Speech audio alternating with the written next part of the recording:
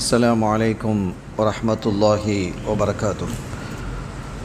حمدا لمن خلق الإنسان وعلمه البيان، والصلاة والسلام على رسول الله وعلى آله حزب الله وأصحابه جند الله، وبعد. فقد قال الله تعالى في القرآن العظيم والفرقان المجيد: أعوذ بالله من الشيطان الرجيم. بسم الله الرحمن الرحيم. إن الدين عند الله الإسلام.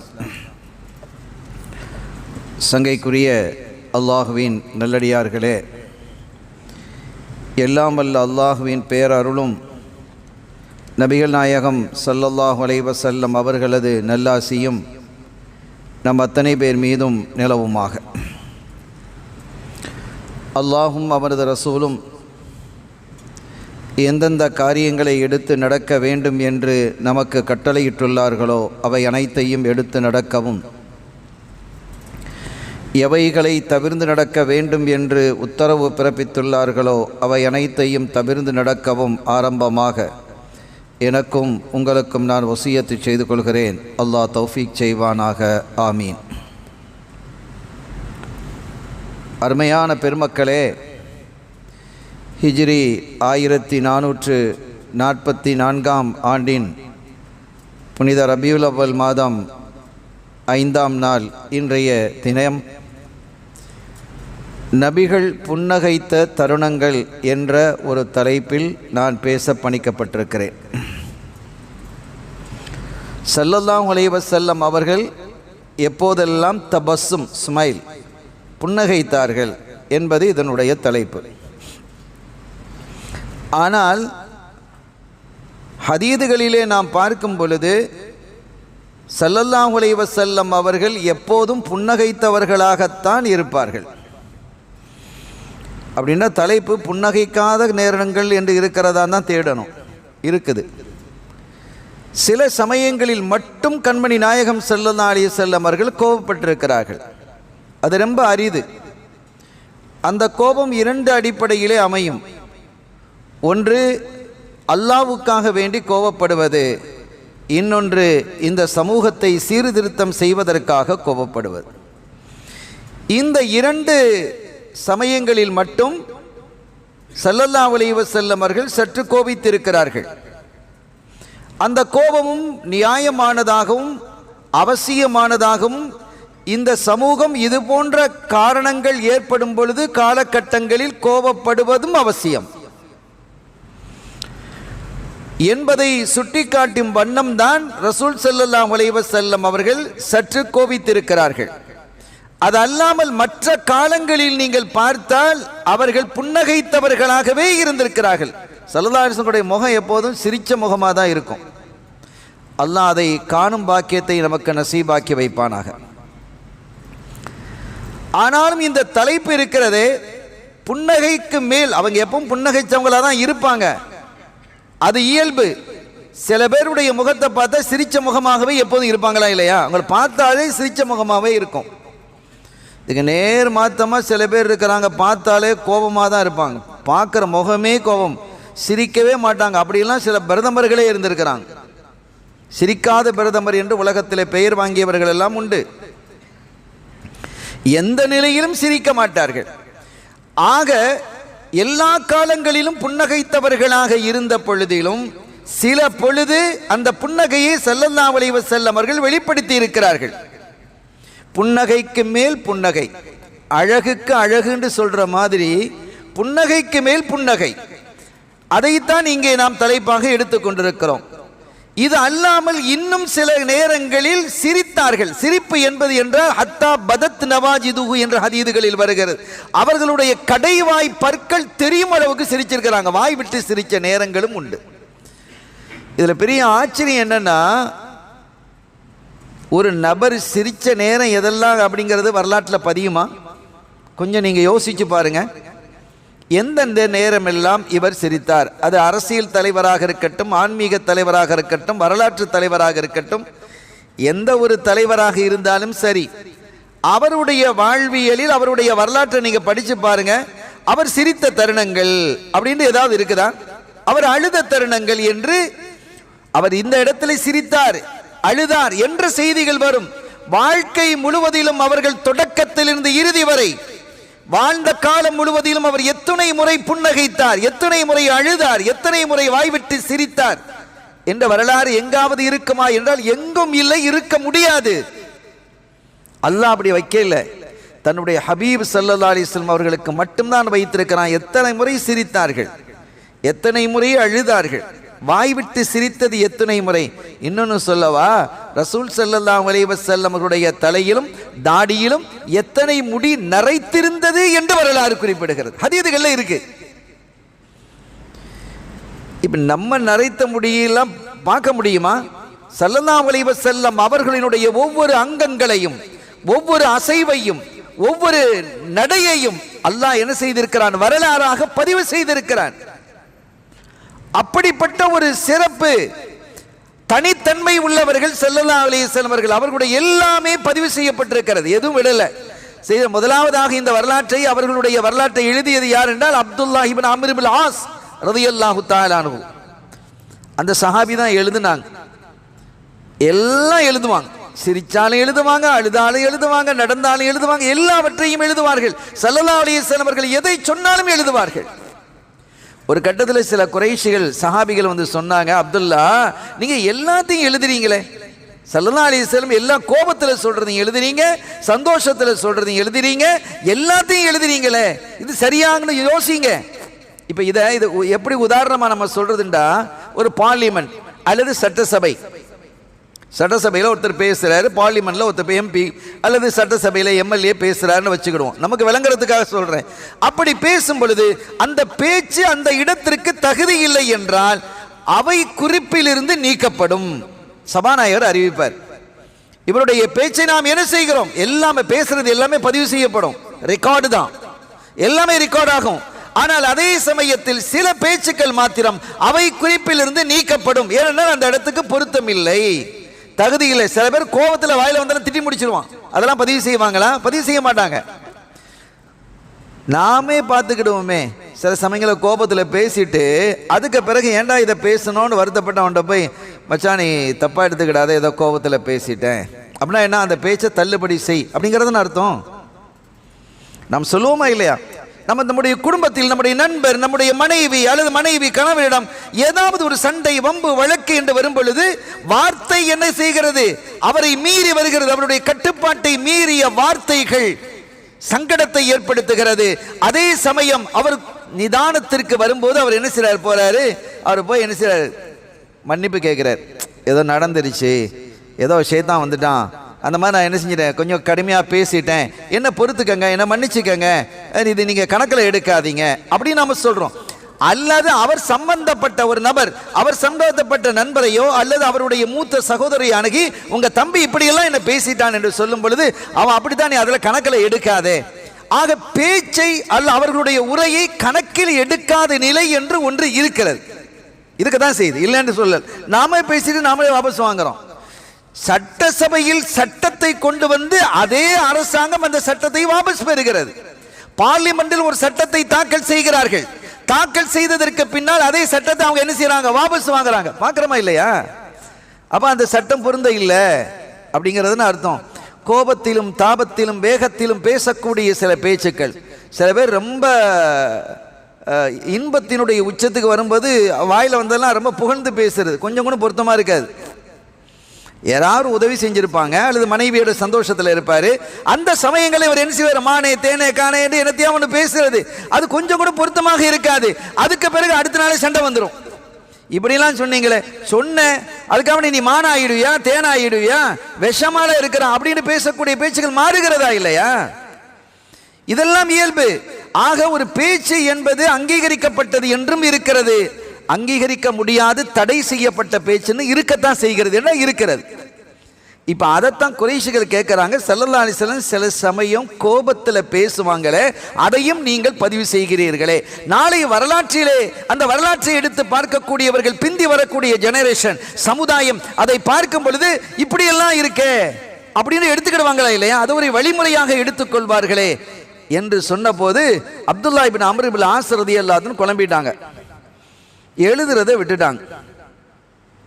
ஸல்லல்லாஹு அலைஹி வஸல்லம் பார்த்தாங்க, சபையில் உட்காந்து எழுதிக்கிட்டு இருக்கிறாள், இப்போ சும்மா உட்காந்துக்கிறாங்க, அங்கே வாங்க அப்துல்லா, என்னை எழுத இல்லையா, எனக்கு எழுதிக்கிட்டே இருப்பீங்களே. யார சொல்லலாம், இப்படி இந்த குறைஷிகள் கேட்டாங்க, என்னுடைய நண்பர்கள் இப்படி கேட்டாங்க, எனக்கு கன்ஃபியூஸ் ஆகிடுச்சு, குழப்பமாயிட்டு, நான் என்ன செய்யறதுன்னு தெரியல நாயகமே. ஸல்லல்லாஹு சொன்னாங்க, அல்லாஹ்வின் மீது ஆணையாக சொல்கிறேன், இப்படி கையை காட்டுறாங்க, இதிலிருந்து வரக்கூடிய அத்துணையும் சத்தியமானதுன்னாங்க. இதிலிருந்து வரக்கூடிய அத்தனையும் நீ எழுது, இதிலிருந்து வரக்கூடிய எதுவும் ஹக்குக்கு மாற்றமாக வராது என்று தன்னுடைய நாவை சுட்டி காட்டினார்கள். வாய் புனிதமான முபாரக்கான உதடுகளை வாயை சுட்டி காட்டிய வரலாறை பார்க்கிறோம். ஸல்லல்லாஹு அலைஹி வஸல்லம் அவர்கள் எது சொன்னாலும், ஏன் நீங்க பாருங்க, ஒரு இந்த நிகழ்வுக்கு பொருத்தமான ஒரு செய்தியை பாருங்க. ஒரு பெண்மணி, ஒரு கிழவி வந்தாங்க, வந்து கேட்டாங்க, யாரு சொல்லலாம் நான் சொர்க்கம் போவேனா அப்படின்னு கேட்குறாங்க. கிழவி சொர்க்கம் போக மாட்டான், அவன் அழ ஆரம்பிச்சுட்டாங்க. கிழவி சொர்க்கம் போக மாட்டா அப்படின்னோடனே ஒரே அழுக. நான் என்னப்பா சொல்லிட்டேன், கிழவி தானே சொர்க்கம் போக மாட்டேன்னு சொன்னா, நான் கிழவி தானேங்கிற மாதிரி அவங்க பார்க்குறாங்க. நீ கிழவியாக இல்லை, அந்த சொர்க்கம் செல்லக்கூடியவர்களெல்லாம் எல்லாம் குமரனாக குமரியாக ஆக்கிடுவான். எல்லாம் குமரனாக வாலிபர்களாகத்தான் உள்ள போவாங்க, கிழவி உள்ள போக முடியாது. நானும் எனக்கும் அல்லாஹ் நம்ம எல்லாரையும் சொர்க்கவாதியாக ஆக்கி வைப்பானாக. நம்ம எல்லாருக்கும் ஒரே வயசா, எல்லாம் டிஃபரெண்ட், கூடுதல் குறைய வயசு, என்னை விட மூத்தவர்கள், என்னை விட இளையவர்கள், மிக்க இளையவர்கள் என்று இருப்பீங்க. அத்தா இருப்பாங்க, மகன் இருப்பாங்க, பேரன் இருப்பான், எல்லாருக்கும் ஒரே வயசு தான், 33 வயசு தான். ஈசா அலைஹிஸ்ஸலாம் அவர்களுடைய வயசில், அய்யூப் அலைஹிஸ்ஸலாம் அவர்களுடைய கல்பில், ஆதம் அலைஹிஸ்ஸலாம் அவர்களுடைய தோற்றத்தில், உயரத்தில், அவர்களுடைய ஆஜானுபாக தோற்றத்தில், கண்மணி ஸல்லல்லாஹு அலைஹி வஸல்லம் குணத்தில், இப்படி தான் சொர்க்கம் போவாங்க. சொர்க்கம் செல்லக்கூடியவர்கள் அவர்களுடைய கல்வில எந்த கில்லும் இருக்காது. நாம் அவர்களுடைய இதயங்களிலிருந்து அவர்களுடைய இதயங்களிலிருந்து அந்த மோசடி, குரோதம் இவைகளெல்லாம் கலட்டிடுவோங்கிறான். எதுவும் இருக்காது. என்ன நம்மகிட்ட வேலை பார்த்தவனைக்கு எங்க உச்சாணியில் உட்கார்ந்துட்டு இருக்கிறானே அப்படிலாம் நினைக்க மாட்டாங்க. நம்மை விட அந்தஸ்தில் சில பேர் நமக்கு கீழே இருக்கிறவங்க மேலே இருப்பாங்க. நம்மகிட்ட பணி செஞ்சவங்களா இருப்பாங்க, வேலை செஞ்சவங்களா இருப்பாங்க, நம்ம காதியமா இருந்தவங்களா இருப்பாங்க. அவங்கெல்லாம் கூட மேலே இருப்பாங்க, உயர்ந்த இடத்திலே இருப்பார்கள். சொர்க்கம் சம்பந்தமான விஷயம் வரும்போது இதை நாம் பேசுவோம். சொர்க்கம் அவ்வளவு அழகு, அதை பற்றி தனி கிதாபுகளே இருக்கிறது. அருமையான பெருமக்களே, ஆக இந்த மாதிரி மனோநிலை அங்கே என்ன செய்யாது, இருக்காது. கண்மணி நாயகம் ஸல்லல்லாஹு அலைஹி வஸல்லம் அவர்கள் சிரித்த புன்னகைத்த காலங்கள் தான் அதிகம். புன்னகைத்த வர்ணமாகத்தான் இருந்தாங்க. சில பொழுது மட்டுமே அவர்கள் கோபம் கொண்டார்கள்.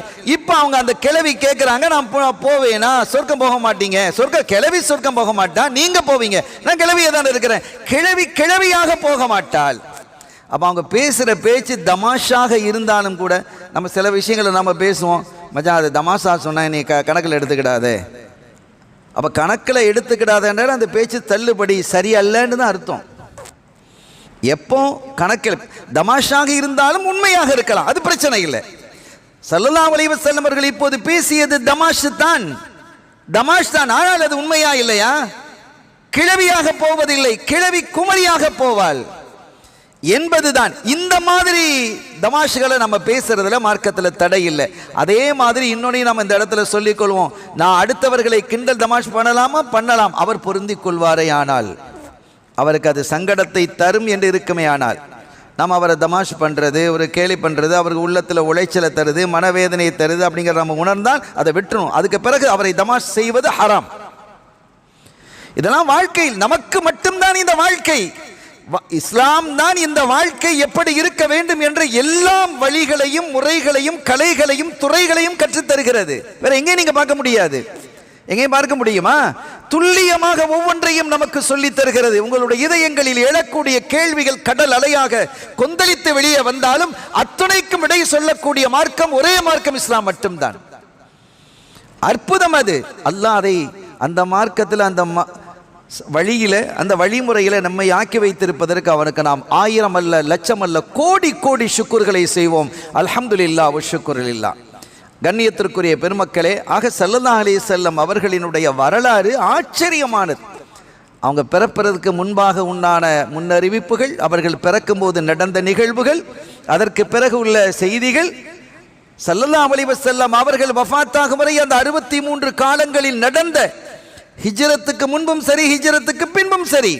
இதுல பெரிய ஆச்சரியம், அப்துல்லா இப்னு அம்ர் இப்னு ஆஸ் ரலியல்லாஹு அன்ஹு வரலாற்றை எழுதுனாங்கன்னா மதீனா ஷரீஃபுக்கு வந்ததுக்கு பிறகு. அப்ப மக்கால உள்ள வரலாறு அல்லாஹ் எப்படியோ பாதுகாத்து கொண்டு வந்து சேர்த்திருக்கிறானா இல்லையா? எவ்வளவு விஷயங்களை நாம் பார்க்கிறோம் அருமையான பெருமக்களே. ஆக கண்மணி நாயகம் ஸல்லல்லாஹு அலைஹி வஸல்லம் அவர்கள் எப்போதும் புன்னகைத்தவர்கள் தான். அந்த புன்னகைக்கு மேல் புன்னகைத்த நிகழ்வுகள் எப்போது, சிரித்த நிகழ்வு எப்போது அப்படிங்கிறத ஒரு குறிப்பிட்ட நேரத்தில் சில விஷயங்களை, நிறைய இருக்கு, சில விஷயங்களை மட்டும் நாம் பார்க்கிறோம். கடைசியில் நரகத்திலிருந்து வெளியாகி சுவனம் நுழையக்கூடியவனை எனக்கு தெரியும் சொல்லலாம் சொல்றாங்க.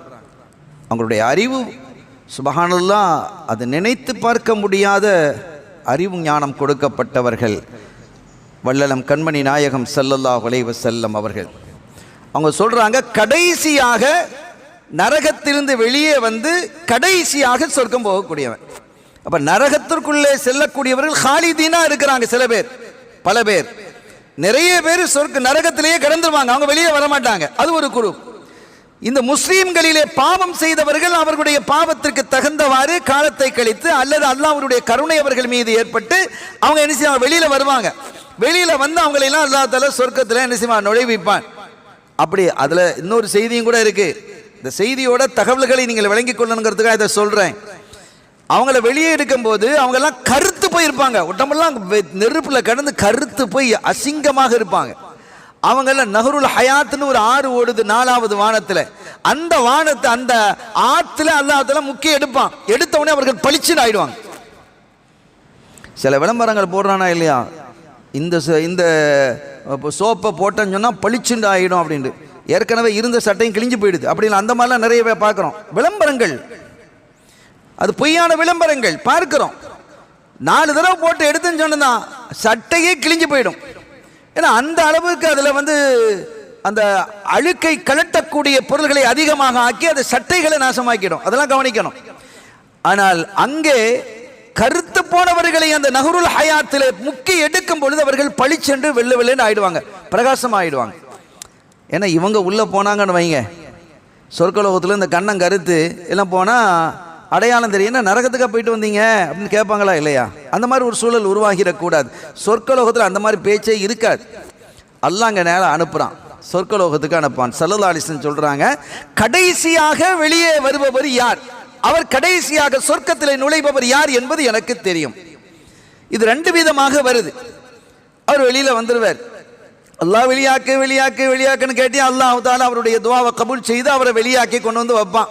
இந்த மாதிரி வெளியாக்க மட்டும்தான் நான் செய்வேன், நீ அதுக்கு மேலாம் என்ன செய்யக்கூடாது, நீ கேட்கக்கூடாது. சரி, எனக்கு வெளியாக்கினா போதும், அவருக்கு நரகத்தை விட்டா போதுன்னு இருக்குமா இல்லையா? பார்த்த தூரத்தில் சொர்க்கம் தெரியும், அவ்வளவு அழகு. சுப்ஹானல்லாஹ், கண்கொள்ளா காட்சி, அது கற்பனைக்கு எட்டாதது. மாலா ஐனுன் ரஅத் வலா உதுனுன் சமிஅத் வலா கதர அலா கல்பி பஷர். ஸல்லல்லாஹு சொல்றாங்க, நீங்க சொர்க்கத்தை எப்படிலாம் கற்பனை பண்ணாலும் அது பொய்யா தான் இருக்கும், முடியாது உங்களை அலங்கலாம்.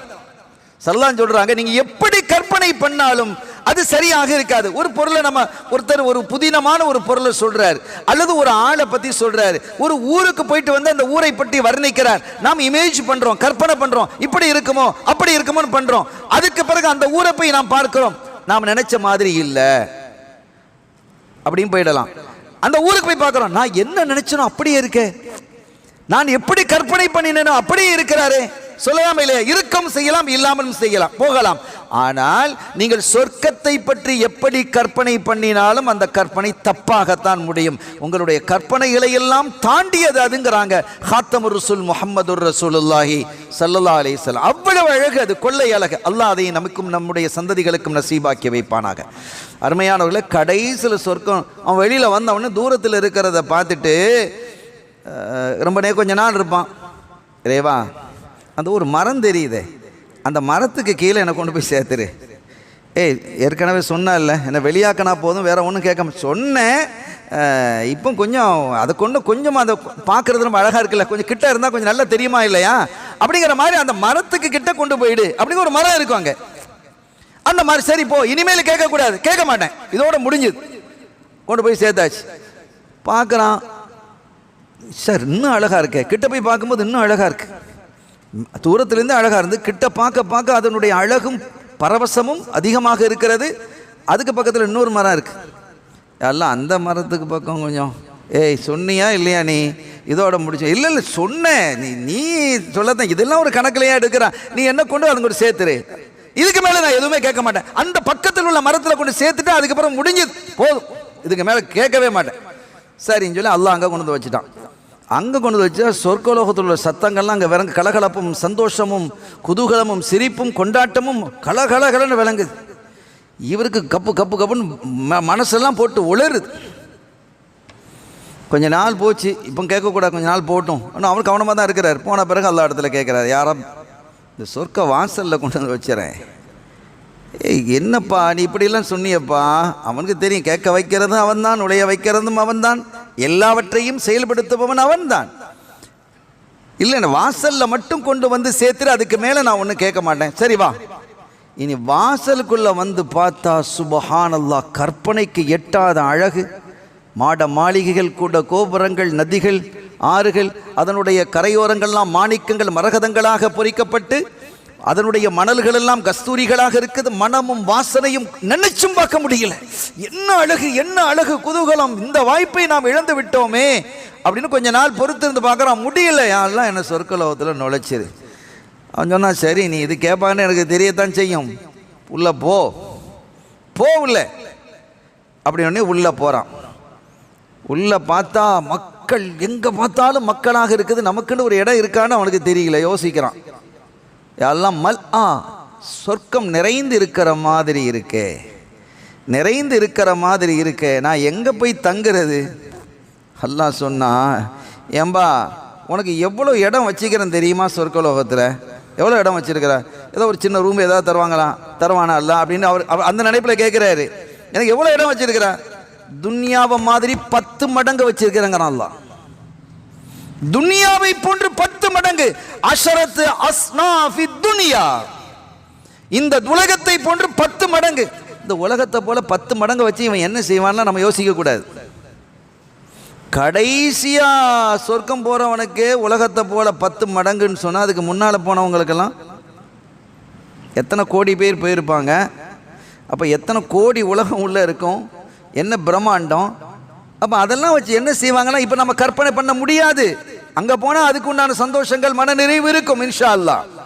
அருமையானவரே, துன்யா சொர்க்கலோகத்திற்கு கடைசியாக, அதுவும் நரகத்திலிருந்து வெளியே வந்து சொர்க்கலோகத்திலே இறுதியாக நுழையக்கூடியவர்களுக்கு அஷரத்து அஸ்னாஃபி துன்யா, துன்யா மாதிரி 10 மடங்குகளே அல்லாஹ் தஆலா வச்சிருக்கிறதா சொல்றான். அல்லாஹ் துன்யா அஷரத்து அல்லாஹ் துன்யா. அப்போ அவன் கேட்குறான், அத்தஸ்ஹரு பி வ அன்தல் மலிக், நீ ராஜா. இவன் சொல்கிறான் அல்லாஹ்வை பார்த்து, நீ ராஜா, என்ன இப்படிலாம் கேலி பண்ணலாமா? வாங்க அவங்களுக்கு பெரிய விருந்து இருக்குது அப்படின்னு சொல்லுவாங்களா இல்லையா? ஒருத்த மாட்டிக்கிட்டான், என்னை எங்கே கூப்பிட்டு போவாங்க? வாங்க அவங்க மாமியார் வீட்டுக்கு தான் கூப்பிட்டு போகிறோம் சொல்லுவாங்க. அது உங்களுக்கு புரியும் நான் என்ன சொல்கிறேன்ட்டு. மாமியார் வீட்டு தான் கூப்பிட்டு போங்க, உங்களுக்கு பெரிய விருந்துலாம் இருக்குது, வாங்களேன், பெரிய கார்பெட்லாம் விரித்தல்லவா உங்களை வரவேற்க தயாராக இருக்கிறாங்க, வாங்க அப்படின்னு அழைச்சிட்டு போனால் அது எங்கே போகிறோன்னு விளங்கல, போலீஸ் ஸ்டேஷனுக்கு அர்த்தம்.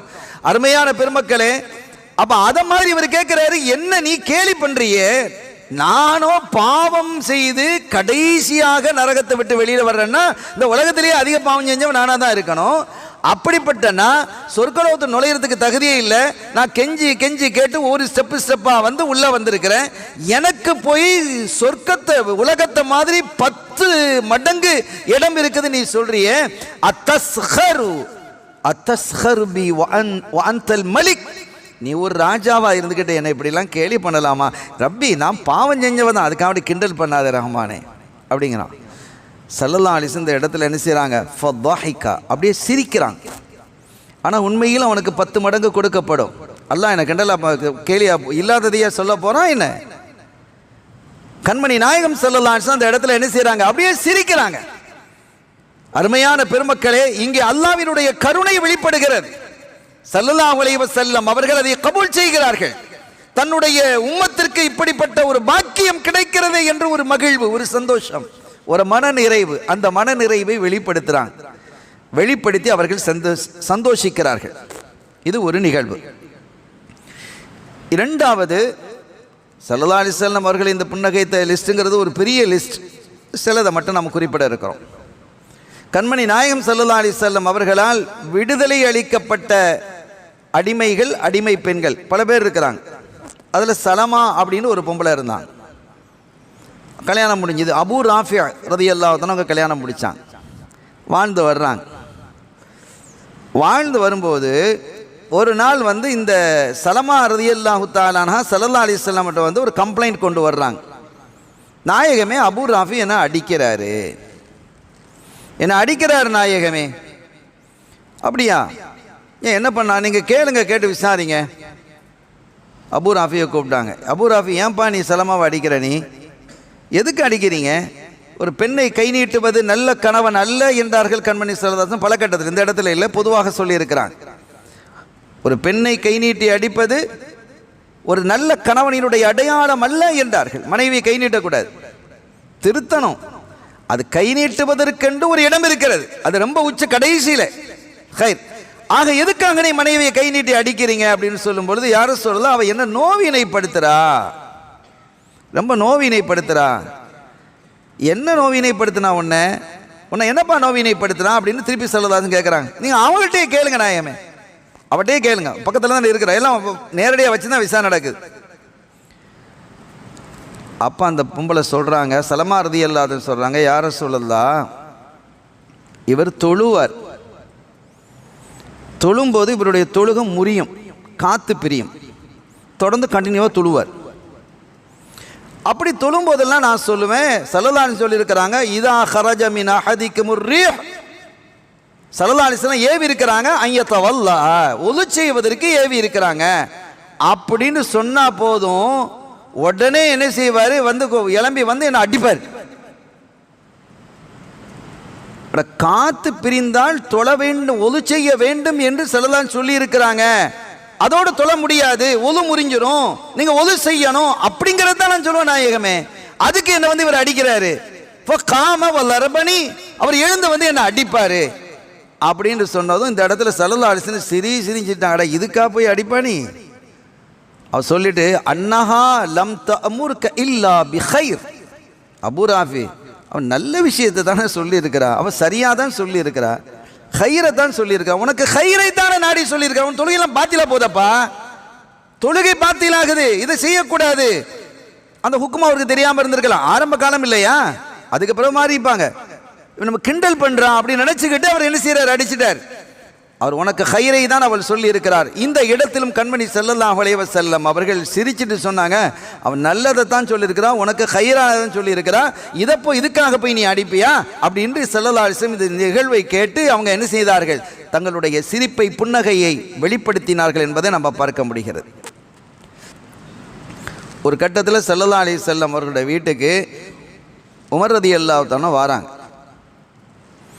அப்படி வரும் பொழுது அவர்களை சூழ நிறைய பெண்கள் உட்கார்ந்து இருக்கிறாங்க. ஸல்லல்லாஹு அலைஹி வஸல்லம் சுற்றி பெண்கள் உட்கார்ந்து கலகலன்னு பேசிக்கிட்டு இருக்கிறாங்க. ஸல்லல்லாஹு அலைஹி வஸல்லம் அவர்கள் பெண்களின் மீது ரொம்ப கருணை கொண்டவர்கள். அவர்கள் பெண்களின் மீது ரொம்ப கருணை கொண்டவர்கள். ஒரு தஃப்சீருடைய இதை படித்த ஞாபகம் எனக்கு இருக்கிறது. மாக்கான முஹம்மதுன் அபா அஹதிம் மிர் ரிஜாலிக்கும், உங்களில் எந்த ஆணுக்கும் முஹம்மது ஸல்லல்லாஹு அலைஹி வஸல்லம் அவர்கள் தந்தை இல்லை என்ற வசனம் இறங்கிய பொழுது அவர்கள் சொன்னார்களாம், கால அன அபுல் பனாத், நான் எந்த ஆண்களுக்கும் ஸல்லல்லாஹு அலைஹி வஸல்லம் தந்தை இல்லைன்னு அல்லாஹ் அறிவிச்சுட்டான். ஆனால் அபுல் பனாத், நான் பொம்பளை பிள்ளைகளினுடைய தந்தை என்று சொன்ன ஒரு செய்தியை நாம் படித்த ஞாபகம் இருக்கிறது. அந்த அளவிற்கு பெண்கள் மீது ஸல்லல்லாஹு அலைஹி வஸல்லம் கிருபை உள்ளவர்கள். ஹுப்பிப இலைய மின் துன்யாக்கும் ஸலாஸ், உங்களினுடைய உலகத்தில் எனக்கு பிரியமானது 3, அத்தீப் வாசனை, ஒன்னிசா நல்ல பெண்கள், அதே மாதிரி தொழுகை, அதில் எனக்கு கண்குளிர்ச்சி இருக்கிறது என்று சொன்னாங்க. இது நிக்காஹுடைய குதுபாலாம் ஓதப்படும். இந்த அளவிற்கு பெண்களுக்கு என்ற ஒரு தனி முக்கியத்துவத்தையும் மகத்துவத்தையும் தந்தவர்கள் மாண்பு நபி ஸல்லல்லாஹு அலைஹி வஸல்லம் அவர்கள். எனவே பெண்கள் மீது ரொம்ப பிரியமா இருப்பாங்க. எனக்கு இந்த துனியால பெண்கள் தான் ரொம்ப பிரியம், அவங்க மேல எனக்கு பாசம் இருக்குது. ஏன்னா பெண்களுக்கான விடுதலையை தந்தவர்கள் அவர்கள் இல்லையா? உயிரோடு புதைக்கப்பட்ட குழந்தைகளை பாதுகாத்தவர்கள் அவர்கள் இல்லையா? பெண்களுக்கான உரிமைகளை நிலைநாட்டியவர்கள் அவர்கள் இல்லையா?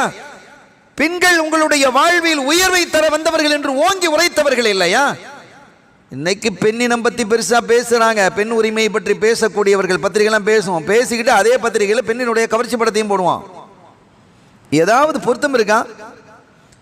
பெண் உரிமையை பற்றி நீ பேசுகிறாய், பெண்ணினுடைய மாண்பை பற்றி பேசிட்டு அந்த புக்கு சேல் ஆகிறதுக்காக வேண்டி அந்த பெண்ணினுடைய கவர்ச்சி படத்தை போட்டுறது, ஏதாவது நடிகரை போட்டுட்டு விற்கிறது. இது என்ன சரியான முறையா? இது ஒரு நீதியான நடைமுறையா? அநீதியானது. இது விளம்பர யுக்தி. கண்மணி ஸல்லல்லாஹு அலைஹி வஸல்லம் அவர்களுடைய பெண்களை குறித்து பேசிய ஒவ்வொன்றும் அந்த பெண் சமுதாயத்தை உச்சாணி இடத்திலே வைத்தது, உயர்வான இடத்தில் வைத்தது. ஒரு கட்டத்தில் இப்படின்னு சொன்னாங்க, ஹைருக்கும் ஹைருக்கும் லிஅஹ்லி, உங்களை நல்லவர் யார் தெரியுமா? உங்களுடைய மனைவிமார்களுக்கு, உங்களுடைய குடும்பத்தாருக்கு நல்லவர் யார் இருக்கு. நீங்க உலகத்தில் உள்ளவன்லாம் அவன் நல்லவன் நல்லவன் அப்படிப்பட்டவர் இப்படிப்பட்டவர் பெரிய கொடைவள்ளல், அதெல்லாம் அடுத்தது. நீங்க நல்லவர்ங்கிறதுக்கு சர்டிபிகேட் யார் பண்ணணும்? உங்களுடைய மனைவி பண்ணணும். நாங்கள் சொல்லலாம், என் கணவர் எனக்கு நல்லவர்ங்கணும். வான ஹைருக்கும் லிஅஹ்லி, உங்களை எல்லாம் விட என்னுடைய மனைவிமார்களிடத்தில் நான் மிகச் சிறந்தவன். ஸல்லல்லாஹு அலைஹி வஸல்லம் 9 மனைவிமார்கள் ஏக காலத்தில் இருந்தாங்க. எப்படி அவர்கள் அருமையான முறையில் வாழ்க்கையை நடத்தினார்கள். ஒரு மனைவி வச்சு வாழ்றதுக்கே பாடாப்படுதுன்னு பல பேர் சொல்லிட்டு இருக்கிறான். 2 மனைவி வச்சுக்கலாம், கேட்கவே தேவையில்லை. அவங்களுடைய மன வாழ்க்கை வரும்போது நாம் அது சம்பந்தமாக பேசுவோம். கண்ணியத்திற்குரிய பெருமக்களே, ஆக பெண்கள் குறித்து அருள் நபி ஸல்லல்லாஹு அலைஹி வஸல்லம் மிக கருணையாக இருந்திருக்கிறாங்க. ரொம்ப கருணை உள்ளவர்களாக இருந்திருக்கிறாங்க. ரொம்ப இறக்க சிந்தனை. அவங்கெல்லாம் உட்காந்து, பெண்கள்லாம் உட்காந்து கலகலன்னு பேசிக்கிட்டு இருக்கிறாங்க. உமர் ரலியல்லாஹு தஆலா வர்றாங்க. உமர் ரலியல்லாஹு தஆலா வாராங்கன்னு தெரிஞ்சதுன்னு தான் இந்த பெண்கள்லாம் எழுப்பி கட்டான்னு அவ்வளோ பேரும் ஓடிட்டாங்க, திரைக்கு பின்னாக போயிட்டாங்க. வந்து உட்கார்ந்தாங்க. யாரை சொல்லலாம், இவ்வளோ நேரம் கலகலன்னு அவங்க உட்காந்து பேசிட்டு என்ன கண்டோன்னே ஓடுறாங்க. உங்களை கண்டு பயப்படணுமா என்ன கண்டு பயப்படணுமா? உங்களை கண்டு பயப்படணுமா என்ன கண்டு பயப்பட? ஸல்லல்லாஹு அலைஹி வஸல்லம் சிரிக்கிறாங்க. இந்த இடத்துல சிரிக்கிறாங்க. அந்த திரைக்கு பின்னால் இருக்கக்கூடிய யா அதுவாசி அன்ஃபுஸிஹின்ன, யா அதுவாத்தி அன்ஃபுஸிஹின்ன, ஏ விரோதிகளே, நஃப்ஸுகளுக்கு விரோதிகளே, என்ன கண்டு பயப்படுறீங்க? ரசூலுல்லாஹ் கண்டு நீங்கள் பயப்பட இல்லையா? என்ன இப்படி நடந்துக்கிறீங்க அப்படின்னு அந்த பொம்பளைகள் பார்த்து கேட்குறாங்க. இவங்க அவங்க சொன்னாங்க, ரசூலுல்லாஹ் எவ்வளோ மென்மை, நீங்கள் அப்படியா? எவ்வளோ கடினமான ஆள், கையை நீட்டினால் நீட்டிரு ஆள்ல, நீங்கள் அந்த மாதிரி ஆள்லாம், அந்த மாதிரி செய்திகள் இருக்கு. நீங்கள் அந்த மாதிரி ஆள் அல்லவா? நீங்கள் ஸல்லல்லாஹு அலைஹி வஸல்லம் மேலும் மென்மையாகவும் கனிவாக நடந்து கொடுக்குற ஆளை நீங்கள் கடினமாக நடந்து கொள்வீர்கள் அல்லவா? அபூபக்கர் சித்திக் ரலியல்லாஹு தன்னுடைய ஆட்சியினுடைய இறுதி பகுதியில் அவங்களுக்கு தங்களுக்கு புரிஞ்சிருச்சு தன்னுடைய வாழ்க்கை முடிய போகுது அப்படின்னதும், அடுத்த ஹலீஃபாவாக யாரை கொண்டு வர்றதுன்னு முக்கியமான சஹாபிகளை கூப்பிட்டு ஆலோசனை பண்ணுறாங்க. ஒரு ஆலோசனைகள் சொல்கிறாங்க. ஒவ்வொருத்தரும் சித்திக் ராஜ் சொல்கிறாங்க, என்னுடைய விருப்பம் உமரை கொண்டு வருவது, அவர் ஹலீஃபாவானால் பொருத்தமாக இருக்கும் அப்படின்னாங்க. சஹாபிகள் சொன்னாங்க, அவர் ரொம்ப பொருத்தம், அறிவு, ஆற்றல், நீதி, நேர்மை எல்லாவற்றிலும் பொருத்தம். ஆனால் கொஞ்சம் ஷித்தத், கொஞ்சம் நடவடிக்கை கடுமையாக இருக்குமே, ஃப்ளெக்சிபிளாக போக மாட்டாங்களே, கொஞ்சம் அனுசரித்து போக மாட்டாங்களே, கடுமையான நடவடிக்கை எடுப்பார்களே, அது ஒன்று தான் எங்களுக்கு, மற்றபடி அவர்கள் இருக்கிறதுலேயே அவங்க தான் ரொம்ப பொருத்தம் அப்படின்னு அந்த முக்கியமான மூத்த சஹாபிகள் சொன்ன பொழுது சித்திக் நாம் சொன்னாங்க, பொறுப்பு என்று வந்து விட்டால் அவங்க ரொம்ப சரியாக இருந்துக்கிடுவாங்க. எனவே சொன்ன போது எல்லாரும் என்ன செஞ்சுட்டாங்க, எல்லாரும் கபூல் செஞ்சுக்கிட்டாங்க. நாம் இதை எதற்காக சொல்லுவார்கள், இந்த பெண்கள் அதை தான் சொன்னாங்க, நீங்கள் கடினமான ஆளு, சட்டுப்பட்டு கையை நீட்டுற ஆளு, அந்த மாதிரி அவங்க என்ன செய்யறாங்க சொல்றாங்க. இந்த நேரத்திலும் கண்மணி நாயகம் ஸல்லல்லாஹு அலைஹி வஸல்லம் அவர்கள் சிரித்தவர்களாக சொன்னார்கள், உமர் நீங்கள் ஒரு வழியாக வந்தால், இந்த பெண்கள்லாம் எழும்பி ஓடினாங்களே பெரிய விஷயம் இல்லை, ஷைத்தானே இன்னொரு வழியில் ஓடிடுவோம் அப்படிங்கிறாங்க.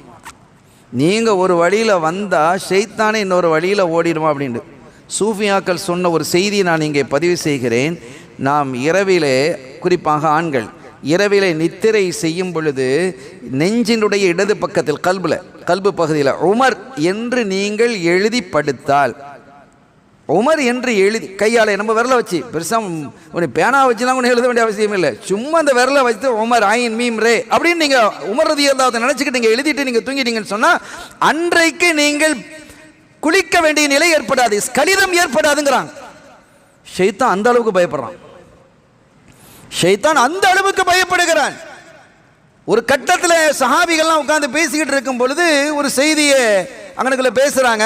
ஒரு சஹாபி வந்துகிட்டு இருந்தாங்க, எதிர்த்தாப்புல ஷைத்தான் வந்தா, 2 பேருக்கு சண்டை வந்துட்டு அந்த சஹாபி அவரை கட்டி போட்டு உருண்டு அடிச்சு குத்துன்னு குத்திட்டாங்க ஷைத்தான. அப்படிங்கும்போது அப்போ அந்த இடத்துல அது பேர் யாமும் இல்லை. அந்த சஹாபி கேட்குறாங்க, உமர் அதை உங்களை தவிர வேறு யார் இருக்க முடியும்னு. உமர் ரலியல்லாஹு அன்ஹு சிரிச்சாங்களாம். ஷைத்தானியே கீழே போட்டு குத்துன்னு குத்துற ஆளாக இருந்தால் இவங்க எவ்வளோ பெரிய ஆளாக இருக்கணும். அருமையான பெருமக்களே, அதை ஸல்லல்லாஹு அலைஹி வஸல்லம் அவர்கள் சொல்கிறாங்க, ஷைத்தான் ஒரு வழியாக வந்தால் உமர் இன்னொரு வழியாக நீங்கள் வரக்கூடிய எதிர்ப்பகுதியில் நீங்கள் வருவீங்கன்னா அவன் இன்னும் ஓடிடுறான், ஃபஜ்ஜன்னாகர் இன்னொரு வழியாக ஓடி விடுவான் என்று கண்மணி ஸல்லல்லாஹு சொல்லி அந்த இடத்துல இவங்க என்ன செய்கிறாங்க, சிரிக்கிறார்கள் என்று. இவங்க இந்த மாதிரி ஆளு நம்ம சித்தத்துன்னு சொன்னோம் இல்லையா. ஸல்லல்லாஹு அலைஹி வஸல்லம் ஒரு கட்டத்தில் மனைவிமார்கள் ஒரு சின்ன ஸ்ட்ரைக் ஒன்று பண்ணாங்க. அவங்களுடைய நம்முடைய உம்மஹாத்துல் மோமினீன்கள், எங்களுக்கு கொஞ்சம் நஃபக்காவை கொஞ்சம் கூட்டித்தாங்களேன்.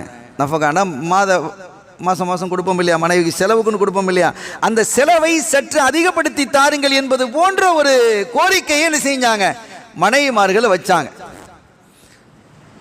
இது கொஞ்சம் பிரச்சனையாச்சு, ஈலா செய்தார்கள். அது நீண்ட வரலாறு, நான் அவ்வளவு தூரம் போகல. இந்த செய்தியை கேள்விப்பட்டு உமர் ரலியல்லாஹு அன்ஹு வராங்க. வந்து விஷயத்தை கேட்டுக்கிட்டு ஸல்லல்லாஹு அலைஹி வஸல்லம் ரொம்ப கவலையோடு இருக்கிறத பார்க்குறாங்க. எப்போதும் புன்னகைத்த நிலையிலே இருக்கக்கூடிய அவர்களினுடைய அந்த முகத்திலே சோகத்தினுடைய சாயல் தென்பட்டது, கவலையினுடைய கோடு தென்பட்டது. அதை பார்த்த உமர் ரலியல்லாஹு தஆலா அன்ஹு அவங்க ஸல்லல்லாஹு அலைஹி வஸல்லம் அவர்களை இந்த நிலையிலேருந்து மாற்றணும், அவங்கள சந்தோஷிக்க வைக்கணும் அப்படின்ட்டு அவங்க சொன்னாங்களாம், யா ரசூலல்லாஹ், என் மனைவின்னு கூட சொல்லலை, லவ் ரஅய்து பிந்த ஹாரிஜதா, ஹாரிஜாவினுடைய மகள், அவங்க மனைவியை தான் சொல்கிறாங்க, சஅலத்னியன் நஃபகா, என்னிடத்துல இந்த நஃபகாலாம் கூட்டித்தாங்க, மாதம் தரீங்களா, அதெல்லாம் கூட்டி தர்றாங்கன்னு என்கிட்ட கேட்டாங்கன்னு வைங்க. ஸல்லல்லாஹு அலைஹி வஸல்லம் அந்த ரசூல் ஸல்லல்லாஹு அலைஹி வஸல்லம் மனைவிமார்கள்லாம் பின்னால் இருக்கிறாங்க, எல்லாரும் இருக்கிறாங்க. இருக்கவே இவங்க சொல்கிறாங்க, ஹாரிஜாவுடைய மகள், ஹாரிஜாவினுடைய மகள், அதான் தன்னுடைய மனைவியை சொல்கிறாங்க, என்னிடத்துல நஃபகாவை இந்த மாதம் எனக்கு கொஞ்சம் கூட்டி தாங்க அப்படி தாங்கன்னு கேட்டாங்கன்னு வைங்க, எலும்பி கழுத்தை திரும்பிடுவேன் அப்படின்னதும் ஸல்லல்லாஹு அலைஹி வஸல்லம் பளிச்சென்று சிரிச்சிட்டாங்க. அவங்க என்ன செய்றாங்க, அந்த இடத்துல அவர்கள் அப்படியே சிரிக்கிறாங்க. ஸல்லல்லாஹு அலைஹி வஸல்லம் அவர்கள் அந்த இடத்துல சிரிக்கிறார்கள். கண்மணி நாயகத்தை அந்த கவலையிலிருந்து வெளியே கொண்டு வர வேண்டும். எழுந்து போய் திருக்கிறவாங்களா என்ன உமர் ரலியல்லாஹு அப்படி செய்வாங்களா? கண்டிப்பேன் அப்படிங்கிறதா அதனுடைய அர்த்தம். நான் ஒரு கண்டிப்பேன் என்பது அதனுடைய பொருள். ஆனால் இந்த வார்த்தை கண்மணி நாயகம் ஸல்லல்லாஹு அலைஹி வஸல்லம் அவர்களை சிரிக்க வைத்தது. அவர்கள் வாய்விட்டு சிரித்தார்கள் என்பதை பார்க்க முடிகிறது. அருமையான பெருமக்களே, ஸல்லல்லாஹு அலைஹி வஸல்லம் பள்ளி வாசல்ல இருக்கிறாங்க, மஸ்ஜிதில் இருக்கிறாங்க. ஒரு கிராமவாசி உள்ள வர்றான். உள்ள வந்து அவர் தொழுதாரோ ஏதோ அல்லாஹ்விடத்தில் துவா கேட்கிறார். அல்லாஹ்விடத்தில் எப்படி துவா கேட்கிறாரு, அல்லாஹ் மக்ஃபிர்லி ஒலி முஹம்மதின் ஸல்லல்லாஹு அலைஹி வஸல்லம் வலா தக்ஃபிர் லி அஹதின் மஅனா, யா அல்லாஹ் என்னுடைய பாவத்தை நீ மன்னிப்பாயாக சொல்லிட்டு ரசூலுல்லாஹுக்கு மன்னிப்பு கேட்கிறார். என்னுடைய பாவத்தை மன்னித்து விடு, ரசூலுல்லாஹ் முஹம்மது ஸல்லல்லாஹு அலைஹி வஸல்லம் பாவத்தை மன்னிச்சிரு, எங்களோட வேற யாரையும் நீ மன்னிக்காத. சரி, இது ஒன்று தன்னோட நிறுத்தி இருக்கணும். ஸல்லல்லாஹு அலைஹி வஸல்லம் அதை கேட்கலாமா? சரி கேட்டான். அது கிராமவாசி, எனக்கு அல்லாஹ் மக்ஃபிர்லி ஒலி முஹம்மதின், இறைவா என்னையும் மன்னித்து விடு, முஹம்மது ஸல்லல்லாஹு அலைஹி வஸல்லம் மன்னித்து விடு. சரி, இதையோட நிறுத்திக்கலாம் இல்ல, வலா தக்ஃபிர் லி அஹதிமான, எங்களோட வேற யாரையும் மன்னிச்சிடாதே. இந்த சில பேர் இருக்கிறாங்களே, தனக்கு மட்டுமே கிடைக்கணும்னு நினைக்கக்கூடியவங்க. ஸல்லல்லாஹு அலைஹி வஸல்லம் இந்த இடத்துல சிரிச்சிட்டாங்க. அட என்னப்பா நீ இவ்வளவு மோசமாக கேட்குறா நீ? அதுக்கு பிறகு கற்றுக் கொடுக்குறாங்க எப்படி கேட்கணும். அது அறியாமை. இந்த கிராமங்கள்லேருந்து வரக்கூடிய இரண்டாவது அதோடு முடிஞ்சுதான் இவர் என்ன செஞ்சார், இந்த கிராமவாசி எலும்பி போய் அதுக்கு பிறகு பள்ளிவாசலில் ஒரு ஓரத்தில் உட்காந்து சிறுநீர் கழிக்கிறார். கூப்பிட்டு சொன்னாங்க, அட இப்படிலாம் சிறுநீர்லாம் கழிக்கக்கூடாது. அப்பவும் ஸல்லல்லாஹு அலைஹி வஸல்லம் கோவப்படலை, இப்படிலாம் செய்யக்கூடாது அப்படின்ட்டு அவங்களுக்கு தெரியல, அறியாமை.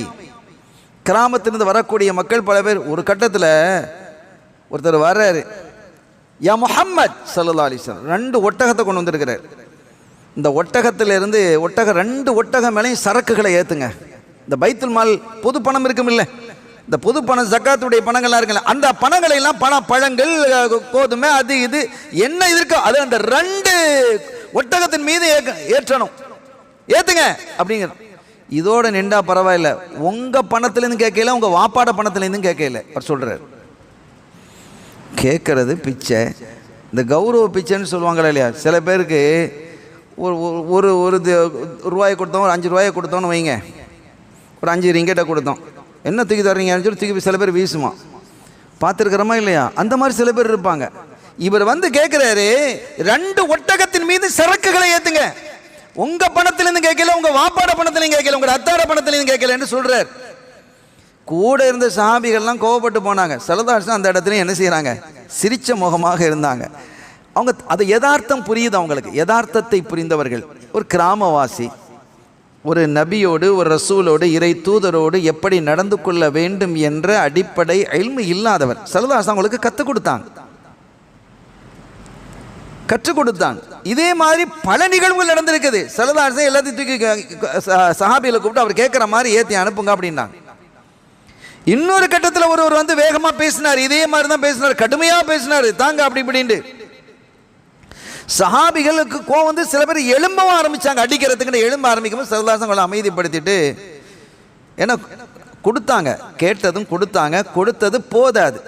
யாரும் சொல்ல இது எனக்கு போதாது கொஞ்சம் தாங்கன்னு கேட்டால் பரவாயில்ல, என்ன இதை தந்து நான் என்ன செய்யறது, இதை வச்சுக்கிட்டு என்ன செய்ய, ஏன்னா எவ்வளோ தந்துருக்கிறீங்க, இதை வச்சுக்கிட்டா நான் இவ்வளோ தூரம் போகணும், எவ்வளோ தூரம் போக வேண்டியிருக்கு, இதை கொண்டு தர்றீங்களே அப்படிங்கிறது ரொம்ப இழிவாக ரொம்ப ஏளனமாக பேசிய போது தான் சஹாபிகளுக்கு கோபம் வந்து அவங்கள கண்டிக்கிறதுக்கு எழுந்த போது ஸல்லல்லாஹு அமைதிப்படுத்திட்டு நேரம் என்ன செஞ்சாங்க, பிடிச்சி கூட்டிகிட்டு போனாங்க. வீட்டில் கூட்டு போய் ஒவ்வொரு மனைவி வீடுகளாக போய் என்னென்ன இருக்குது அப்படிங்கிறது எல்லா மனைவி வீடுகளுக்கும் போய் அங்கே என்னென்ன இருக்குது அவங்களுக்கு அந்த மனைவிமார்கள் ஹதியா வந்திருக்குமா இல்லையா. ஸல்லல்லாஹு ஹதியா ஒவ்வொரு மனைவிமார்களுக்கும் பல பேர் கொடுப்பாங்க. அந்த ஹதியாக்களை எல்லாம் வாங்கி ஒரு மூட்டையாக கட்டி கொடுத்தாங்க. இப்போ ஓகே, இப்போ ஓகே சார். இப்போ நீங்கள் செய்ய வேண்டிய ஒரே விஷயம், நான் உங்களை பள்ளிவாசலுக்கு கூட்டு போவேன், சஹாபிகள்லாம் என்னுடைய தோழர்கள்லாம் அங்கே இருக்கிறாங்க, அங்கே கூட்டிகிட்டு போகிறேன். கூட்டிகிட்டு போன உடனே நீங்கள் என்ன இப்போ கேட்பேன், இப்போ நீங்கள் என்ன சொன்னீங்க, ரொம்ப ஹைராக இருக்குது அல்ஹம்துலில்லாஹ், இப்போ சொன்னீங்களா இல்லையா, அதை போல் அங்கே சொல்லணும். ஸல்லல்லாஹு அலைஹி வஸல்லம் இது ஒரு தந்திரம் தான். ஆனால் அந்த தந்திரம் எப்படிப்பட்ட தந்திரங்கிறத நீங்கள் புரியணும். அதை நம்ம சொல்லுவோம். நேராக பள்ளிவாசலுக்கு வந்தாங்க, அவர் சரின்ட்டார், வந்தார், அந்த வந்திருக்கிறாருப்பா, சாபிகள்லாம் கூப்பிட்டு இன்னும் இருக்கிறார், எல்லாம் திருப்தியாக இருக்கா, அல்ஹம்துலில்லாஹ் திருப்தியாக இருக்கு, மாஷா அல்லாஹ் அப்படிங்கிற மாதிரி அவர் ரொம்ப குதூகலமாக இருக்கிறார், போயிட்டு வாங்கன்னு அனுப்பி வச்சாச்சு.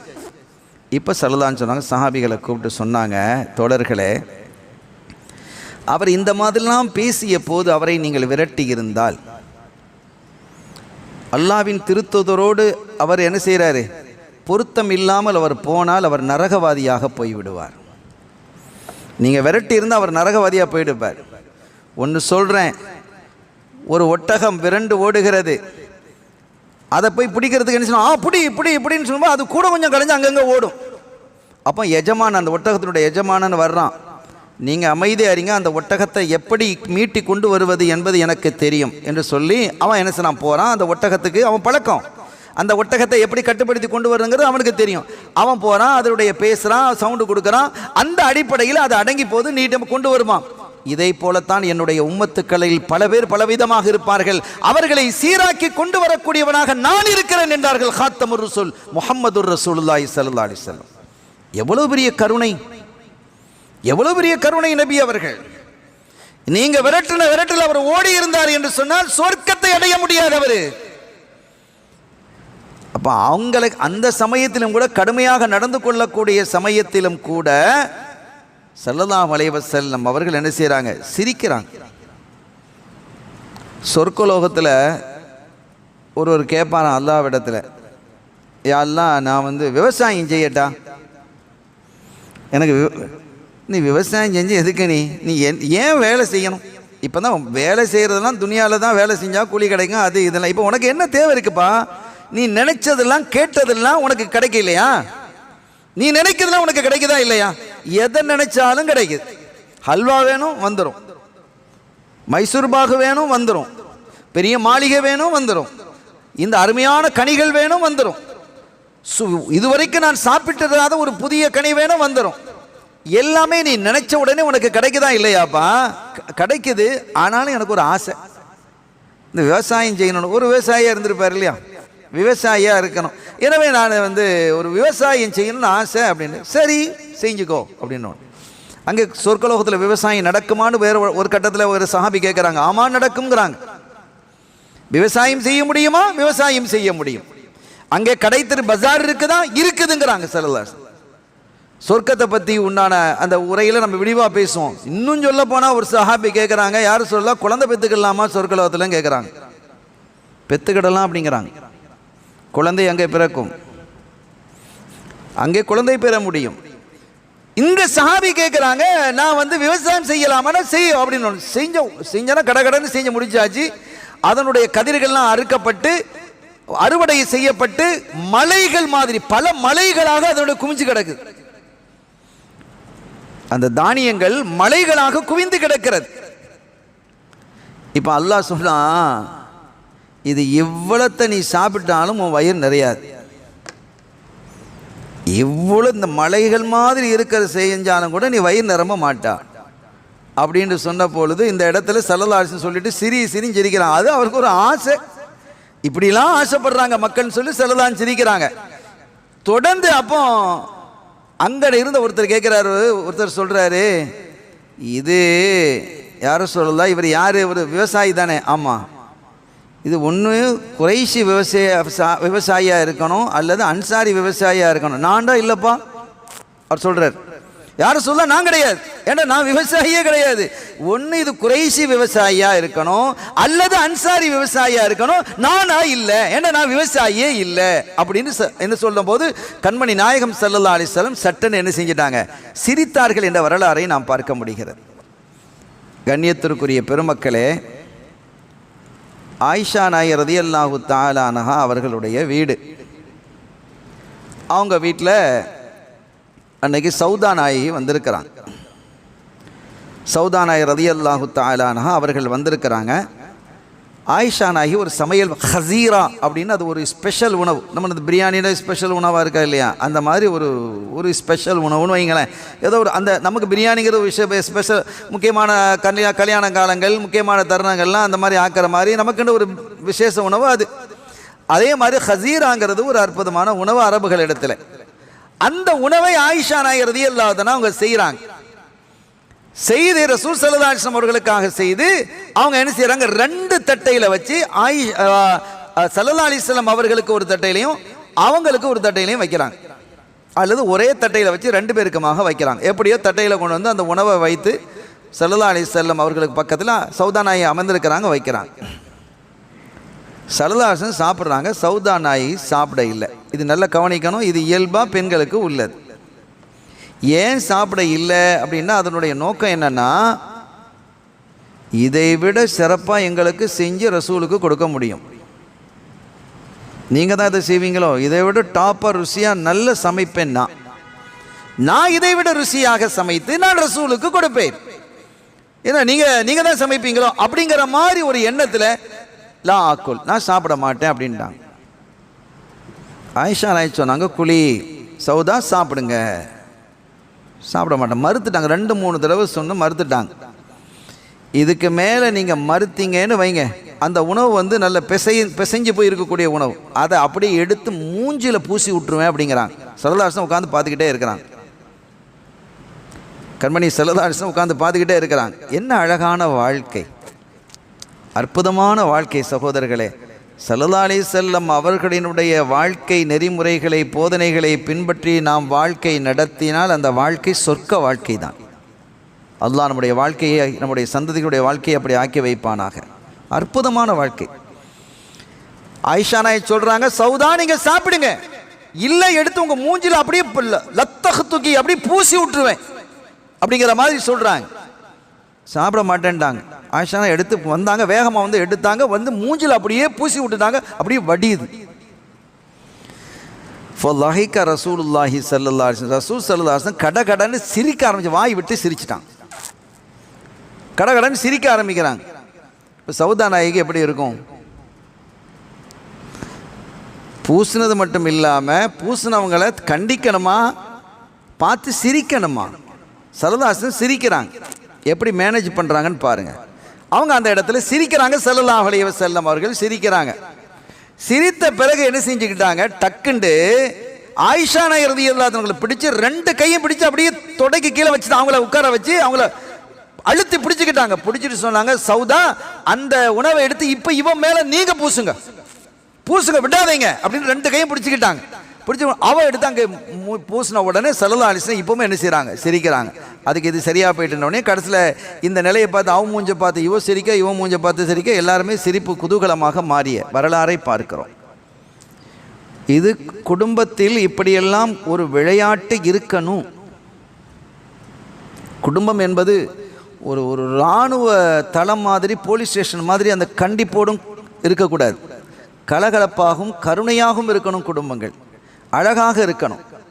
ஒருவருக்கொரு விட்டு கொடுத்து நகைச்சுவையாக இருக்கக்கூடிய ஒரு சூழலை பார்க்கணும். ரொம்ப ரொம்ப கனிவாக அந்த வாழ்க்கை. ஸல்லல்லாஹு அலைஹி வஸல்லம் மனைவிமார்கள் சொல்கிறாங்க, ஸல்லல்லாஹு அலைஹி வஸல்லம் வீட்டை விட்டு வெளியில் போயிட்டா அவங்க எப்போ திரும்பி வருவாங்க நாங்கள் எதிர்பார்த்து கொண்டே இருப்போம், நாங்கள் எதிர்பார்த்து கொண்டே இருப்போம். எத்தனையோ வீடுகளை எப்போ வந்து சேர்ந்து வம்ப காப்பானோ தெரியலேன்னு எத்தனை பேர் தலையில் அடிச்சுட்டு பயந்து போய் உட்கார்ந்துருக்கிறான். இவர் சொல்லுவார், நான் வீட்டுக்கு போனால் எல்லாரும் அடங்கிடுவாங்களே, ரொம்ப நல்ல மாப்பிள்ளை இவர். இதை எதுக்குது மார்க்கம் வெறுக்குது. ஒரு கணவனை எதிர்பார்த்திருக்க வேண்டும் மனைவி எப்போது வருவார் என்று வழி மீது விழி வைத்து, அதே மாதிரி பிள்ளைகள்லாம் நம்ம அத்தா எப்போ வருவாங்கன்னு எதிர்பார்த்துருக்கணும். அத்தா வந்துருவாரோ அத்தா வந்துருவாரோ அப்படின்னு இதுன்னா நல்ல ஆள் இல்லைன்னு அர்த்தம். அந்த நிலையை நாம் மாற்றிக்கொள்ள வேண்டும். ஹைர், அருமையான பெருமக்களே, வீடுகள் அப்படி அற்புதமாக இருக்கும் என்பதை இங்கே நம்ம சொல்லி காட்டுறோம். ஒரு கட்டத்தில் இன்னொரு இதே மாதிரி ஒரு நிகழ்வு, ஆயிஷா நாயர் ரலியல்லாஹு அன்ஹா வீட்டுக்கு சில விருந்தாளிகள் வந்துட்டாங்க. விருந்தாளிகள் வந்த உடனே நம்ம வீடு மாதிரி உணவுகளை சடான் தயார்படுத்தக்கூடிய வசதி வாய்ப்புகள் அந்த காலத்தில் இருந்திருக்காது. டக்குனு 10 பேர் வந்தால் 10 பேருக்கு உணவு கொடுக்க முடியுமா? சஹாபிகள் திடீர்னு விருந்தாளியாக வந்துட்டாங்க, கொடுக்க முடியாது. உம்மு சலமா ரலியல்லாஹு தஆலா என்ன செஞ்சாங்க, சட்டுன்னு தங்களுடைய பணிப்பெண்ணை அழைத்து இந்த உணவை கொண்டு போய் கொடுத்துடுவாங்க, கொஞ்சம் மேனேஜ் பண்ணிக்கலாமா இல்லையா, அங்கேருந்து மற்ற வந்துட்டா இருக்கிறதையும் வச்சு கொஞ்சம் அட்ஜஸ்ட் பண்ணிக்கிடுவாங்கிறதுக்காக கொடுத்து விடுறாங்க. ஆயிஷா நாய்க்கு கோவம் வந்துருச்சு. என்ன, எங்கள் வீட்டுக்கு வந்த விருந்தாளிகள் எங்களுக்கு அவனுக்கு தெரியாதோ, அவங்க கொடுத்து அனுப்பணுமோ, கொண்டு போங்க அப்படின்னு சொல்லியிருக்கணும். ஒருவேளை அப்படி வருத்தப்பட்டிருந்தா என்ன செஞ்சுருக்கணும், அதெல்லாம் தேவையில்லை, இங்கே எல்லாம் சிறப்பாக இருக்குது, எங்கள் வீட்டில் எல்லாம் நிறைவாக தான் இருக்குது, எங்கள் வீட்டில் வந்திருக்கக்கூடிய விருந்தாளியை நாங்கள் கவனிச்சுக்கிடுவோம், நீங்கள் கொண்டு வந்திருக்கக்கூடிய அந்த சாப்பாடை நீங்கள் கொண்டு போங்க அப்படின்னு சொல்லலாம் இல்லையா? அதை விட்டுட்டு வாங்கி என்ன செஞ்சாங்க, அந்த தட்டையில் உணவு வந்திருக்குது, அந்த தட்டையை தூக்கி அந்த சஹாபிகள்லாம் சல்லல்லாஹு உட்காந்துருக்காங்க இல்லையா, அதுக்கு முன்னால் தூக்கி அப்படி வீசுகிறாங்க. கொஞ்சம் யோசிங்க, நம்ம மனைவி வீசினா என்ன நடந்திருக்கும்? பத்ரு நடந்திருக்கும். பத்ரு, உஹது, ஹந்தக்கு எல்லாமே கலந்துருக்கு அந்த இடத்துல. தூக்கி வீசிட்டாங்க, தட்டை உடஞ்சிருச்சு, உணவெல்லாம் செதறிச்சு. எவ்வளோ கோவம் வரும் நீங்க யோசிங்க. ஒரு மனைவி தாளத்தை தூக்கி வீசுறாங்க, பிளேட்டை தூக்கி வீசுறாங்க, உடைஞ்சு உணவு சிதறுது. சாபிகள் தோழர்கள்லாம் உட்கார்ந்து இருக்கிறாங்க, அவங்க எல்லாம் அப்படி திகைச்சு போய் இருக்கிறாங்க. ஸல்லல்லாஹு அலைஹி வஸல்லம் கொஞ்சமும் கோவப்படலை. அவங்க இந்த இடத்துல சிரிச்சுக்கிட்டே சொல்றாங்க, காரத் உம்முக்கும், உங்க அம்மாவுக்கு கொஞ்சம் ரோஷம் வந்துட்டு. ஏன் நீங்கள் இதில் என்ன செய்யணும், இந்த ஃபண்டமெண்டல் என்னங்கிறத தான் தேடணும். இதுதான் இயல்பு. அவங்க என்ன, என்னுடைய கணவருக்கு விருந்தாளிகள் வந்திருக்கிறாங்க, அந்த விருந்தாளியை வேறு யாரும் கவனிக்க தேவையில்லை, நான் கவனிச்சுக்கிடுவேன் அப்படிங்கிற தவிர இதில் என்ன இருக்கு?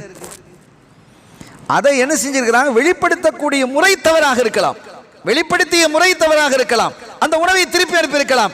ஆனாலும் அடிப்படை இதுதான் என்பதை உணர்த்துகிறார்கள் கண்மணி ஸல்லல்லாஹு அலைஹி வஸல்லம். அவங்க என் மீது கொண்டிருக்கக்கூடிய பாசத்தினுடைய வெளிப்பாடு சில சமயங்கள் அப்படிலாம் இருக்கும். நாம் அதை படிச்சுக்கிடணும். பெண்களை படிக்கிறதுங்கிறது ஒரு பெரிய கலை சகோதரர்களே. பெண்களினுடைய இதயம் ஆழமானது, கடலை விடங்கிறான் கவிஞன். அவ்வளவு ஆழமானதாம்.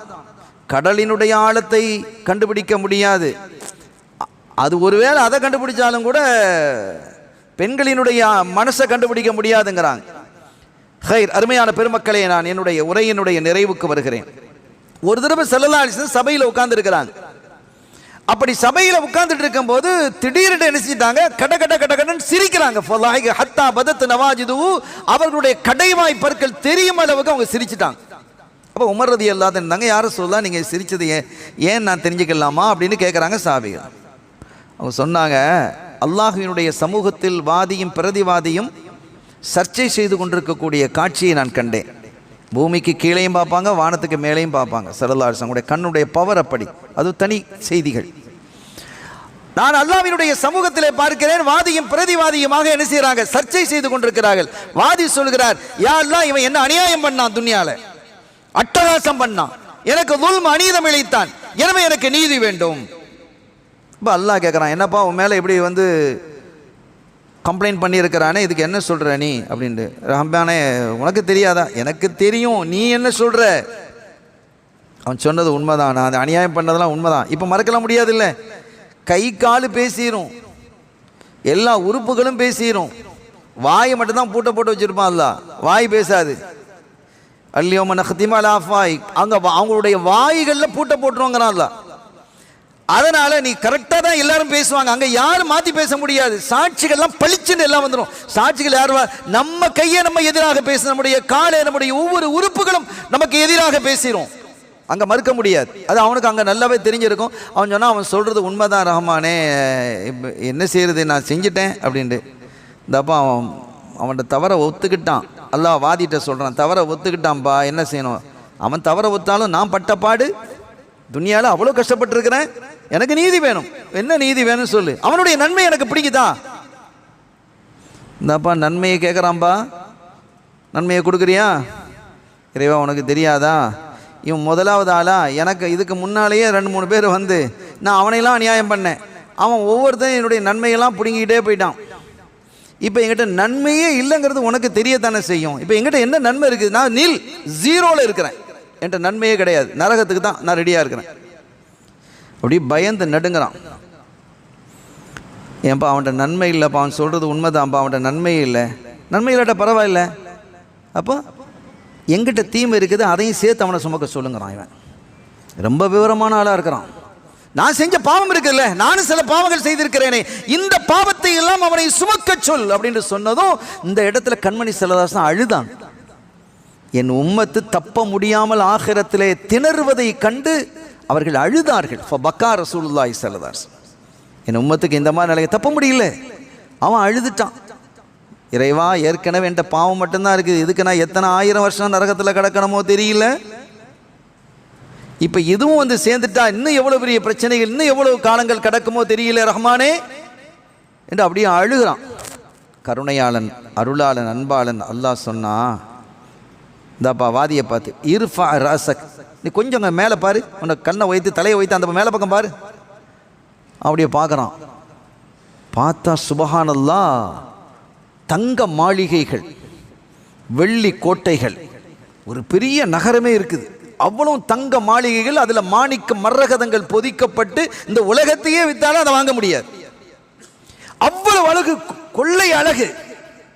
லிமன் ஹாதிஹி ரஹ்மானே, இது யாருக்கு? நபிமார்களுக்கா, ஷுஹதாக்களுக்கா, யாருக்கு? அவன் கேட்குறான், அந்த வாதி கேட்குறான், யாருக்கு அப்படின்ட்டு. லிமன் அஅதா சமனஹு, அதனுடைய விலையை யார் கொடுக்கிறாரோ அவருக்கு, அதனுடைய ரேட்டை கொடுக்கணும், சும்மா வாங்க முடியாது அப்படிங்கிறான் அல்லாஹ். இதுக்கு யாராவது ரேட்டு கொடுக்க முடியுமா? அப்படி யாராவது செல்வந்தர் உலகில் இருக்கிறான்? யாரும் இல்லையா ரஹ்மானே, இதை வாங்குறதுக்கு இனி யாரையாவது துனியாவில் படைச்சா இருக்கிறான், யாராவது வாங்க முடியுமா அப்படின்ற உடனேயும் அல்லாஹ் சொன்னா, வாங்கிறதுக்கு ஆள் இருக்கு. ஆள் இருக்கா? யாரு? நீ தான். நானா? நானே என்னுடைய பாவத்தை அவன் தலையில் சுமத்துறதுக்கு பாடாப்பட்டுக்கிட்டு இருக்கிறேன், அவனோட நன்மையை பார்த்தா நன்மை இல்லை, நீ நான் இதை போய் வாங்குவான? என்ன ரப்பே நீ பேசுகிறான்? ஒரே ஒரு வார்த்தை நீ சொல். என்னது? அந்த வார்த்தையை நீ சொன்னால் இதை நீ வாங்கிடலாம். ஒரு வார்த்தை சொன்ன இதை வாங்கிடலாமா? ஆமாம். என்ன வார்த்தை? என் சகோதரனை நான் மன்னித்தேன் என்று சொல். நான் அவனை மன்னிச்சிட்டேன்னு சொல்லு, நான் உனக்கு இதை தந்துடுறேன், அதுதான் விலை அப்படின்னு. அவன் அப்படி அதிர்ந்து போயிட்டான். இப்படி ஒரு வார்த்தை சொன்னால் இது இல்லாமா எனக்கு தருவான்? நீ போய் பார் எப்படி இருக்கிறது என்று. எனக்கு இங்கிருந்தே தெரிகிறது ரஹ்மானே, இந்த இவனை மன்னிச்சா இவ்வளவு பெரிய ஒரு நகரத்தை, தங்க நகரத்தை எனக்கு தருவாயா? ஆமாம், உனக்குத்தான். இதுக்கு பிறகு நான் மன்னிக்காம இருப்பேனா? நான் மன்னிச்சிட்டேன் ரஹ்மானே அப்படின்னு ஓடுறான். இங்க வா. எங்க போற? அது அது உனக்கு தான். நான் வாக்கு மாறுறது இல்லையா, மனுஷன் மாறுற மாதிரி மாணவாள், நான் வாக்கு மாறுறது அது உனக்கு தான். நீ போய் மட்டும் என்ன செய்ய போறாங்க? இவனையும் சேர்த்து கூட்டிட்டு போ, அவனையும் சேர்த்து கூட்டிட்டு போன்னு அல்லாஹ் சொல்றான். ஃபல்லஹிக ரசூலுல்லாஹி ஸல்லல்லாஹு அலைஹி வஸல்லம், அந்த இடத்துல கண்மணி ஸல்லல்லாஹு அலைஹி வஸல்லம் கட கட கடன்னு சிரிச்சான். சங்கைக்குரிய பெருமக்களே, தன்னுடைய உம்மத்திற்கு எங்கெல்லாம் கஷ்டம் வருகிறதோ அந்த இடத்திலெல்லாம் சல்லல்லாஹு அழுதிருக்கிறான். தன்னுடைய உம்மத்திற்கு எங்கெல்லாம் மகிழ்வும் சந்தோஷம் வருகிறதோ அங்கெல்லாம் மனம் நிறைந்து சிரித்திருக்கிறார்கள். இதுதான் நம்ம ரசூல் ஸல்லல்லாஹு அலைஹி வஸல்லம், நம் இதய வேந்தர் ஹாத்தமுர் ரசூல். எவ்வளோ பெரிய பாக்கியமான ஒரு நபியை நாம் பெற்றிருக்கிறோம். அவர்களுடைய உம்மத்தாக இருப்பது எவ்வளோ பெரிய கருணை, அல்லாஹுடைய கருணை, எவ்வளோ பெரிய பாக்கியம் அது என்பதை நினைத்து அந்த கண்மணி ஸல்லல்லாஹு அலைஹி வஸல்லம் அவர்கள் மீது 1000 லட்சம் கோடி ஸலவாத்துக்களை நாம் ஓதுவோமாக, காணிக்கை செலுத்துவோமாக. அவர்களுடைய அற வழியே, அன்பு வழியே, அழகு வழியை பின்பற்றுவதற்கு எல்லா வகையிலும் முனைப்போடு நாம் நடந்து கொள்வோமாக. நம்முடைய பிள்ளைகளை ஆஷிக்கின்களாக உருவாக்குவோமாக. அதற்கான எல்லா முயற்சிகளிலும் ஈடுபடுவோமாக. ஹலால் ஹராமை பேணி நடப்போமாக. எதை அவர்கள் நமக்கு ஏவினார்களோ அதை செய்வதும், எதை விளக்கினார்களோ அதை விட்டு விலகி நடக்கக்கூடியவர்களாகும் அல்லாஹ் என்னையும் உங்களையும் நம்மை சார்ந்தவர்களையும் நம் சந்ததிகளையும் அருள் பாலிப்பானாக. பிஹக்கி ஹபீபிஹி ஸல்லல்லாஹு அலைஹி வஸல்லம். எல்லாம் வல்ல அல்லாஹ்வின் அருளையும் ஸல்லல்லாஹு அலைஹி வஸல்லம் ஷஃபாத்தையும் பெறுவோமாக. வஆஹிர் தஅவானா அல்ஹம்துலில்லாஹி ரப்பில் ஆலமீன். வஸ்ஸலாமு அலைக்கும் வரஹ்மத்துல்லாஹி வபரகாத்துஹு. ஸல்லல்லாஹு அலா முஹம்மத் ஸல்லல்லாஹு அலைஹி வஸல்லம். ஸல்லல்லாஹு அலா முஹம்மத் ஸல்லல்லாஹு அலைஹி வஸல்லம். ஸல்லல்லாஹு அலா முஹம்மத் யா ரப்பி ஸல்லி வஸல்லிம். அஸ்ஸலாமு அலைக்கும் வரஹ்மத்துல்லாஹி வபரகாத்துஹு.